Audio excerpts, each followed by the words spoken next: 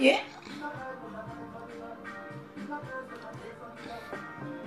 Yeah.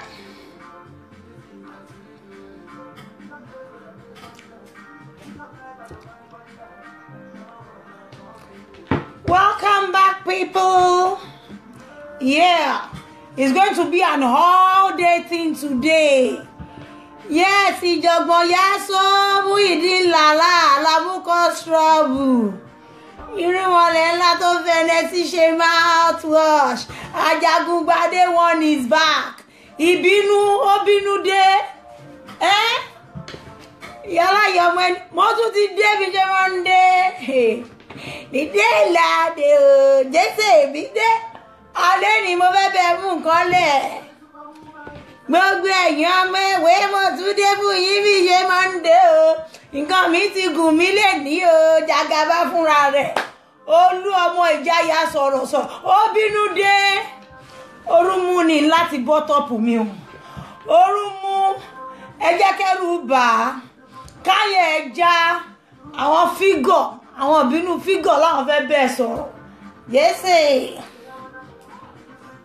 Bukola, Elizabeth Evans, Anini, Jesse, ọmọ Gíba Jesse, ó ti kékeré jí owó ìdámẹ́wàá nínú chọ́ọ̀chì, ó wá dàgbà ó dolè. Tán ráúráú, ayé ọ. Ó lè rọ́ọ̀gì Manchester, yèyé mẹ́tọ́ àwọn gbéwìrì ní ìlú Manchester. Ó lè ní ẹ̀yìn ìfẹ́ mú ọ. Ó lè ní olè ń jẹ́ kò lórúkọ méjì gbám ẹjọ́ o.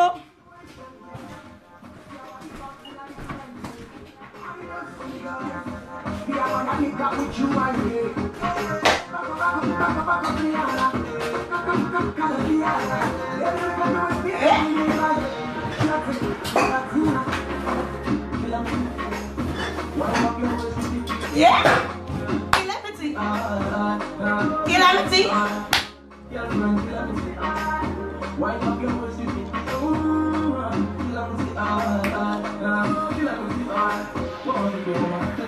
Yeah. Calamity none. Yeah. Calamity yìí náà ní Jésè olú ọmọ tó ń sọ. Okay guys, keep sharing. You need to share with as many people as possible on your wall. Yeah, Jagaban is on live. Chats on Facebook. Spread the news. Let me see. Yeah? Calamity, you know. One up your waist. Yeah? Waist me, you know, only one. Yeah, oh man, be one. Ewa ndi wanu ewa tomi eta sone pakwe ekolori bi outile. Okay now. Tori ti eni o. All for you, Bukola, Elizabeth Evans, Anini, Jesse, Ọ̀rẹ́ ẹlẹ́sẹ̀ bọ́ra. Ọba àwọn pínkódó ní ìlú Manchester. Bẹ́ẹ̀ ni kókó káwọn mẹ́rin dínú ẹbí wọn. Ọlọ́run ò ní jẹ́ kókó yín kó já sí wọn ní ọwọ́ torí tí kókó yín bá já sí wọn ní ọwọ́. Ìyá àdó, ọmọ àdó, àbúrò àdó, ẹ̀gbọ́n àdó, do. Àdó fàyí ni kẹ́ máa rí bọ́ìsì ẹ̀ ní ṣìrìn mi o. Ani today. Wẹ́ẹ́ wọn kí gògó market tí ò ní padà wálé wá báwọn tó ní mọ́ lọ́rọ̀ Bukola Jésè. Ó mọ̀ kó mọ́ lẹ̀ kó máa forí ẹ gbọ́dọ̀ lọ́rọ̀. Eyín wà ń cha, eyín burumpam, eyín náà chọ, eyín náà chi. Obodun bẹ́mu, eyín burun cha pam dum. Eyín ọmọ ẹ̀ náà orò ní ìlú Manchester. Gbéwìrì, Anini, Bukola olè, Evans Jésè. Wọ́n ní mò ń bá wí. Àbúrò rẹ̀ mi Jésè. Àbúrò Fọlákẹ́, ẹ̀gbọ́n Moyọ̀ sọ́rẹ́ Jésè. Yes, gbogbo ìran ẹ̀ mo fẹ́ dárúkọ lẹ́ni. Ìran ẹ̀ o. Ọ̀sẹ̀ kan mo ṣì wà lórí kéèsì ẹ̀. Share, people. I'm not going to start if you don't share. Yes, she deserve me ní dákẹ́ fún ẹ. Èmi tẹ́ni ní wọlé mo wá wọlé tán ilé dákẹ́ fún yín. Yay! Ó rí pé ọmọ yìí ó ga, ó ní body, ó tún wà endowed gbogbo nǹkan lọ́lọ́run fún Jagaba, Ọlọ́run fún ní faith, ó fún ní wà, ó fún ní courage. Show my one attribute ẹ bad gan. Tó bá ní ẹjọ́ korí Ọlọ́run. Tó bá bí ẹ pé kí làwọn statistics ọmọ yẹn wà ní man. Ó bad o. Àní Jagaba bad o. Ó bad gan. Eh? Yeah. Oh, mama, I man do this clothes. Hey. Yeah. Who say that? We say that? Yeah. Hey, oh, ma, pashe mando.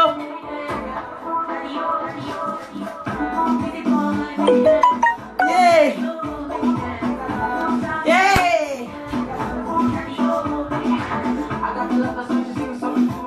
Yay!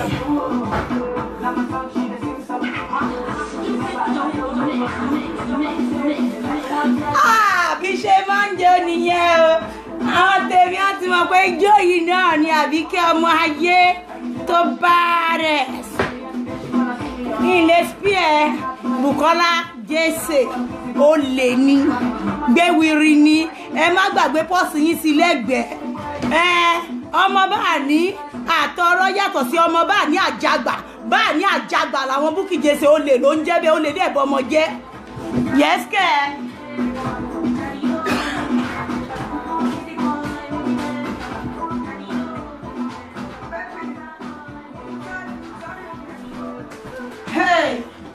Ní ilé dákẹ́ fún ẹ o ó lè pè mí lẹ́jọ́ kí n sá lọ o Bùkọ́lá ó lè Manchester èmi ò ń ṣe wọ́ o ilé wá sórí láì kí máa fẹ̀ fún anyway kí n tó bẹ̀rẹ̀ pẹ̀lú ẹ ṣé mo kó sọ pé wọ́n ní mo lọ pátì kò yẹ kí n dé ẹ lóhùn torí mi máa ignore ẹni wọ́n ti mọ̀ pé ẹni tán náà ní ọ̀rọ̀ ẹ tí ara ń ta ilé máa wá tàkí wọ́n máa debunk irú statement irú ẹ low life tí ò ní any good reputation history is just down to zero. So irú ẹ̀kọ́ ló yẹ kí n máa wá bá kí n máa ní mo fẹ́ defend ara mi irú rọ́ tó palẹ̀ nǹkan sí pé èmi lọ sí pàtí ó yẹ kójú máa tì yín ẹ̀rí pé ń dojú tira yín mọ̀ ní kẹ́ máa parọ́ tí wèrè igúnnubéṣe náà bá máa sọ̀rọ̀ á ní Jagaba ti ẹ̀dùn lẹ́nu igúnnubéṣe àti oníwárápá tí ẹ gbé jáde bọ́ ìǹtí ẹ̀ ní dáyẹn lóhùn ọmọ tí ìdúnjì ìyá àti bàbá ẹ̀ ní orí bed náà mo jẹ́ fi party yẹn tí mo lọ yẹn jẹ́ fi wọn gbogbo yín kẹ́ kọ́kọ́ worú ayé tí mo jẹ ní Paris yẹn kó worú reception irú warm and grand reception tí wọ́n fún mi láti ẹnu ọ̀nà kékeré lélẹ́yìn olórí tí ń kì mí ti pẹ́ o díẹ̀ káwọn ọmọ mi rí aṣọ tó ń mú ni mo wọ̀ èmi àti gbà yí lọ láàrẹ́ mi Àyìnkẹ́ Àdé àwọn sharpshooter èmi Àbíkẹ́ Jagaban lórí show àwọn ọmọ mi tán sure tán bad you know what I mean. Mo máa ń lọ pẹ̀lú àwọn crew mi ní mi dàbí ìyá yín àdánìkan gbé àdánìkan jẹ́ àdánìkan gbénú gbẹ́lẹ̀ bí ẹranko Àṣàbí Ọlọ́run máa ṣe mi Àbíkẹ́ ládánìkan gbé èmi ò lè dá gbé bí ìyá yín Àṣàbí.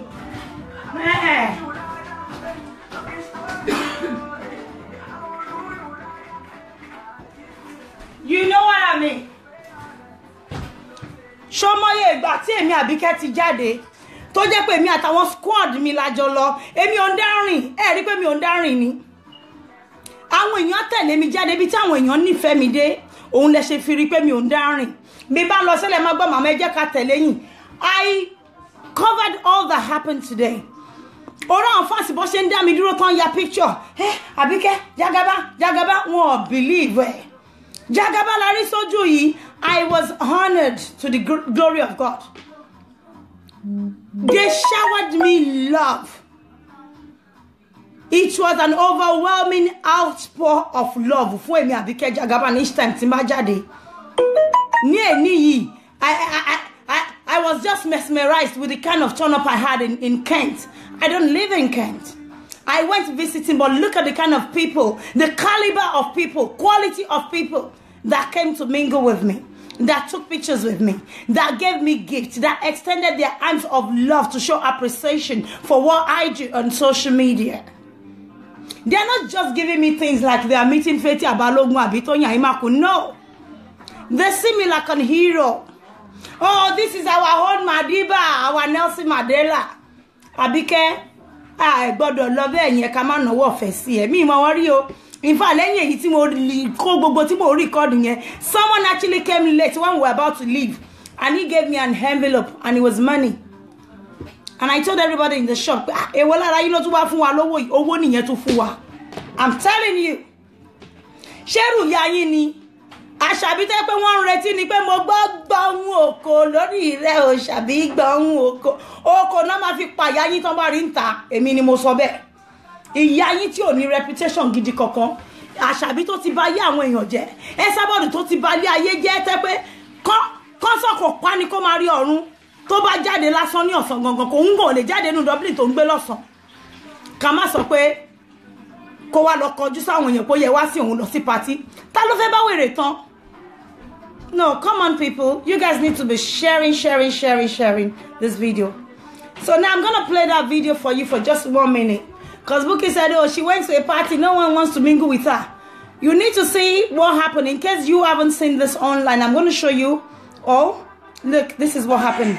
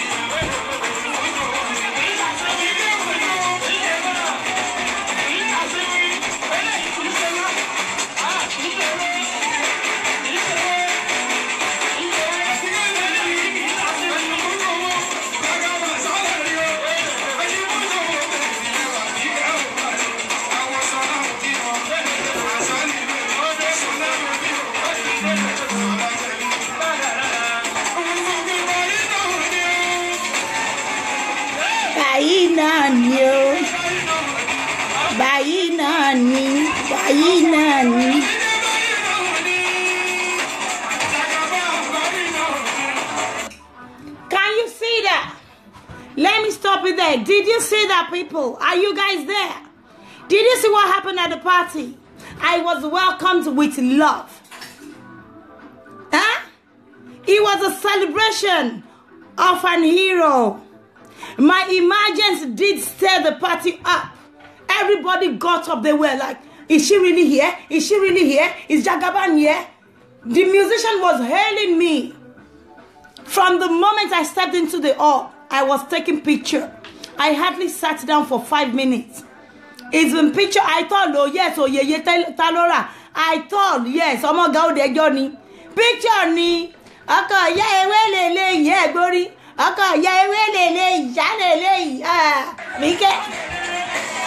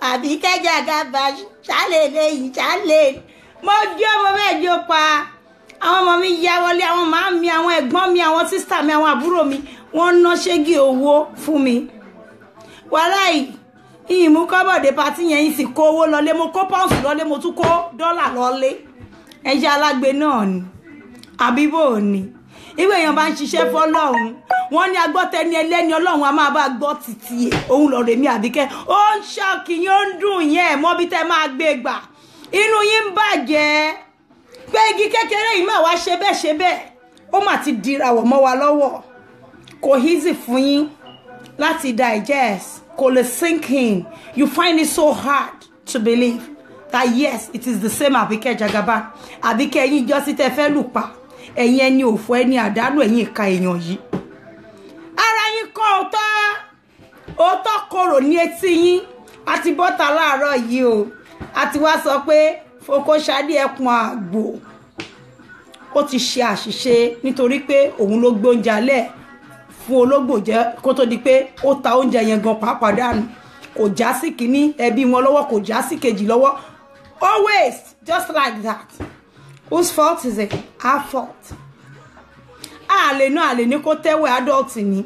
Nǹkan tó bá wù everybody kó fi life ẹ̀ ṣe. But irú yín tẹ́ bá ti mess ara yín up, you don't come on social media to say some things. Okay, mo sọ fún yín pé nígbà tí mo ti rí pé depression ti wọlé ní. It is my punani. Wos àwọn ọmú tó jọ mú lọ gangan lélẹ̀ sórí ọmú bá dẹ̀ sọ mú. Mi ní láti mí tí n bá wúkọ́ báyìí lásán á máa gbọ̀n ni. Chori wọ́n gbọ́ nǹkan lọ́lọ́run fi kẹ́ Àbíkẹ́ Jagaban ó níwájú tó bá ń gbọ́ I carry front I carry back I too package they can't leave me èmi Àbíkẹ́ ni mò ń jẹ́ bẹ́ẹ̀ Ọlọ́run fún mi gbogbo nǹkan tó máa fi ń kẹ́ obìnrin ọ̀rọ̀ dá lẹ́nu mi ṣáká álọ́mù àti glitirini àti kíná tí ń pè bọ̀ǹjẹ́là òun làwọn tó bí mi náà fi kó ẹnu mi láti kékeré wọ́n fọ́ ọ̀rọ̀ dá lẹ́nu ẹ̀ ṣáká ni ìran ya yín Àṣàbí òpùrọ́ òbálẹ̀mulẹ̀ òbá irọ́mulẹ̀ bí èpè Tòkunbọ̀ abárọ́rìn ìyá yín tó bí gbogbo yín ìyá òfò tó bí ẹ̀yin ọmọ ẹ̀rùn kalẹ̀ mi ní business pẹ̀lú gbogbo yín ẹ́sà wèrè yẹn gangan ẹ́sà bọ̀dù ni mo ní business pẹ̀lú mọ irú wọ Bùkọ́lá Jesse ajá ilé gbọ́n ayé ẹ̀ ti ta pátápátá wọ́n tó fi ọwọ́ ara ẹ gbé ẹ̀gbọ́n ẹ̀ kan ṣoṣo tó jàjà ní ọkọ ó fọwọ́ ara ẹ gbé pẹ̀kun bàbá àbèjì lọlé ọkọ rẹ̀ mí tó lọ ṣe ìwé fẹ́ẹ̀kì sílé wọn tí ò sọ fẹ́gbọ́n ẹ pé àdírẹ́sì wọn ló lò ó rè fẹ́gbọ́n ẹ yẹn gan ayọ́nu sí ẹ gbogbo bó ṣe ń bọ́ta ó ní làákàyè orí bó ṣe ń bú ẹ̀gbọ́n ẹ rẹ̀ mí yẹn tó ń bú ṣàkàṣàkàṣàkà jọ bẹ́bí yín bá sorí kodò tó dàrú tán ṣẹ́ sábọ̀dù ló fẹ́ fi ṣe ẹbí ẹ ni one day mọ́ kí ẹ máa lọ sọ́jà Olúwabùkọ́lá Elizabeth Jesse kò ní padà wálé mo fẹ́ wo nǹkan tí Esabod fẹ́ ṣe fún ẹ ńjọ́ yẹn jọ torí Ọlọ́run mo fẹ́ wo nǹkan tí Esabod fẹ́ ṣe fún ẹ ó máa bẹ́ẹ̀ fi kún ṣòro ayé ẹ ni gbogbo ọ̀rọ̀ Fọláṣadé tí Esabod gbọ́ lé ní ó sì máa di èébú sí yín lára abibita àkọ́rẹ́ tí Esabod fi ná sí Elin pa àwọn tó wà ní squad ó fi wọ́n pa àwọn adétòrò Esabod ló kọ́kọ́ gbọ́rọ̀ wọn jáde gbogbo báyé wọ́n ṣe máa rí báyé wọ́n ṣe rí Esabod olórí burúkú yìí ló sọ tó ní infinity ló gbé wá bá òun olórí burúkú tó bá gbọ́rọ̀ wá bá àtẹni tó treat ọ̀rọ̀ ta ní wèrè nù wọn ẹni tó gbé wá bá ni ọlọ́rọ̀ tó bá gbọ́ lẹ́nu kinní kan lẹ́nu aṣièrè taná ló sọ olóṣì tó sọ gangan láṣièrè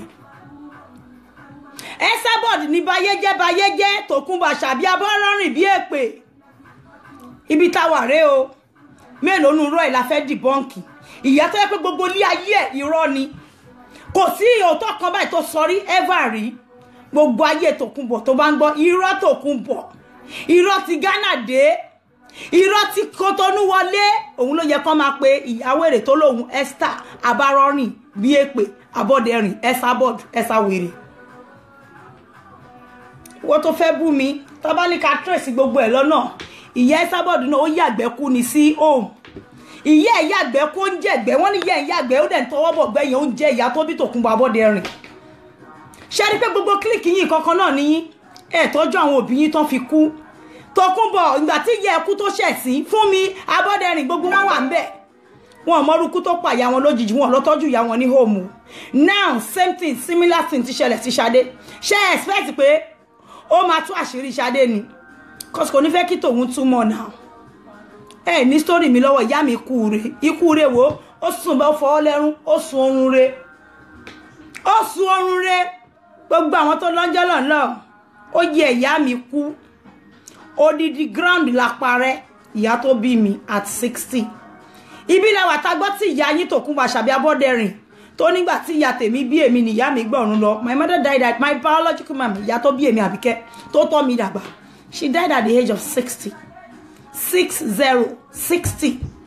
Èwo nu yín lẹ ṣì mọ̀ bóyá yín máa 60 including Tòkunbọ̀ ìyá ewé olóṣì tó léwé títí wá tẹ̀ gbọ́ pọ́n lọ́ dìpọ́tì kan lára àwọn ọmọ ewé ẹ máa tó gbọ́ ewé yín kò tó kọ́ má dìpọ́tì àwọn mẹ́mbà yín ewé yín kò lè defend ẹ̀yin olórí ibú kí gbogbo ẹ̀yin ìlẹ́gà kẹgbórí wọnú pátí tí mo sọ pé wọlé kò dé kẹjà you enter for entrance you exit back to Muritala Muhammed bẹ́ẹ̀ ni mo sọ wọn bí ìyá yín reke wọlé bí ṣe sọ yẹn ọ̀pọ̀lọpọ̀ àmọ́ díẹ̀ ni ó yanjú òun lẹ fi parí yẹn ṣe ẹ̀yin ò ṣe wọlé bọ́ bá bí ìyá yín re bó o lè ṣe ṣa tíṣẹ̀tì 300 400 tó jẹ́ pé yàn 110 nìkan ló wà ní pàtì yín àwọn tó kù dà wọ́n fi tíṣẹ̀tì wọ́n ṣe kí ni wọ́n fi ṣe 90 wẹ́ ẹ rí pé gbogbo ebú yín ó yẹ kójú máa tì yín ìgbà tẹ́ni Àbíkẹ́ ìwà gangan ló dé Kẹjà ibo ni mo wà yín sìn ṣábúlé bàbá yín ni bàbá yín Lágúnrẹ̀ tẹ́ ṣé abúlé ẹ̀ ni mo wà yẹ rí pé mi ò wọlé dé Kẹjà mo ṣeré lọ sí Kẹjà